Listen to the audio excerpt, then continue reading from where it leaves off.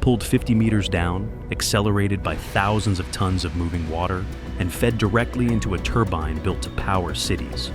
What began as a routine night dive at Plate Taille became a fatal encounter with machinery no human could fight. The Plate Taille Reservoir is a 350-hectare stretch of dark water framed by forest and concrete. By day, it's a place for sails and training dives, a controlled playground with rules and depth limits. By night, it's something far more dangerous, especially when the machines wake up. The reservoir is part of the Eau d'Or Lakes, 5 connected bodies of water built to store energy as much as water. At the heart of the system sits the Plate Taille Dam. Its 790-meter wall of engineering from the 1970s, the largest in the country. Inside it, a pumped storage hydroelectric plant shuttles water between elevations, converting gravity into electricity when demand spikes.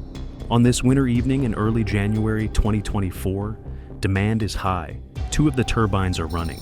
Christophe Gauder is 46. He works in banking. He dives with discipline. He plans, checks, rechecks. Frédéric Pochet is 59, also experienced. Less visible to the local clubs, but not a novice. Both men are using rebreathers, closed-circuit systems that recycle exhaled gas, quiet and efficient, designed for long, deep profiles. Both have DPVs, scooters, compact torpedoes that turn effort into speed. They arrive after hours. The on-site dive center is closed. The lake is open water, technically accessible, but the rules exist for a reason. 2 authorized dive zones, a depth ban most people respect, and a tacit understanding that you do not approach the dam's intake. Everyone who dives here knows why. But for a technical diver, a no-entry sign isn't always a warning. Sometimes it's a map to the untouched. In the insular world of deep diving, there is a quiet, dangerous prestige in documenting the undocumented. Christophe and Frédéric weren't looking for trouble.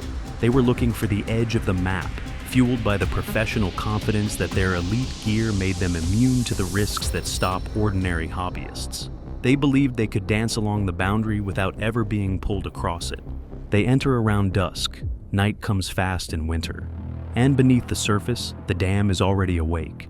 The first meters are easy. The water swallows the last of the sky. Your torch paints a narrow cone through suspended silt, each particle a drifting star. It's a controlled environment, a laboratory of bubbles that never escape. Unlike traditional scuba, a rebreather emits no clouds of silver bubbles, no rhythmic whoosh of a regulator. There is only the sound of your own heart and the tiny electric click of the oxygen sensor. This silence is what makes the turbine so deceptive. By the time the low-frequency hum begins to rattle your teeth and vibrate the air inside your lungs, you aren't just hearing the power. You are already inside its grip. The silence of the gear masks the roar of the machine until it's too late. At 20 meters, the sound becomes noticeable, not loud, not dramatic. A distant, steady thunder you feel more than hear. Divers talk about it in calm terms. You can hear the turbines below. It's a landmark, a reminder of where you shouldn't go. Most stay above it, like hikers who respect the edge of a cliff because the wind changes there. But scooters change the map. Distance collapses. What once took minutes of finning becomes seconds of glide. The water itself seems to move, not current, just a suggestion that the lake has a direction tonight. The intake tunnel is not visible from above. There's no dramatic mouth, no jaws. The top of it lies around 50 meters down, sloping deeper to 70. From a distance, it's just darker water, a void that doesn't reflect your light the same way. Technical dread begins as a visual absence. The turbines are operating. That matters. Hydroelectric intakes don't behave like rivers. They don't pull uniformly. They create pressure gradients, zones where water accelerates toward a low-pressure throat. At first, you don't feel it. Then your exhaled microbubbles bend. Then your scooter requires a little more thrust to hold position. The danger of a pressure gradient is its stealth. At 40 meters, the intake doesn't feel like a vacuum. It feels like a light breeze. By the time you realize you're working too hard to stay still, the gradient has already spiked. You don't realize you're in a trap until the trap has already sprung. This is the moment that kills people. Rebreather divers are trained to solve problems calmly, but this isn't a problem you can see. There's no entanglement, no silt out, no panic trigger. just a growing insistence in the water that here is forward now. The DPVs hum louder as Christoph and Frederick compensate. They may believe they're maintaining distance. They may believe they're exploring a boundary, not crossing it. But the intake doesn't mark itself with lines. It simply increases demand.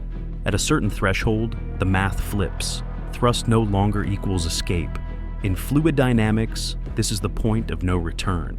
As the water funnels from the massive reservoir into the narrow intake tunnel, it must accelerate to maintain volume, a physical law that turns a slow drift into a high-speed conveyor belt. To the divers, the water likely felt still, but as they neared the throat of the intake, they crossed an invisible threshold where the water's velocity exceeded the top speed of their DPVs. At that moment, they were no longer swimming. They were falling through the water, caught in a horizontal waterfall. In the commercial diving world, this is known as delta P, differential pressure. It is a force so absolute that once a diver is pinned or pulled by it, no amount of human strength can break the seal. At Plate Taille, the delta P wasn't just a suction. It was a vacuum-sealed invitation into the heart of the mountain. The intake tunnel is smooth. There are no handholds, no edges to grab. And because it's night, because visibility is limited, the sense of motion is confusing. Your instruments show depth increasing. Your inner ear says you're level. The sound is now everywhere, vibrating through your chest. Rebreathers complicate the escape. They are marvels of engineering, but they rely on stability. Rapid depth change stresses oxygen control. Work of breathing increases as flow pushes against hoses and counterlungs. You're exerting hard now, heart rate climbing, CO2 building. The very system that lets you stay down longer becomes another variable to manage. The scooters begin to fail as tools and become liabilities, heavy, pulling you forward when you need to shed mass. Let go, and they're gone, swallowed instantly, leaving you with nothing but fins against an industrial current. Somewhere in this sequence, equipment fragments.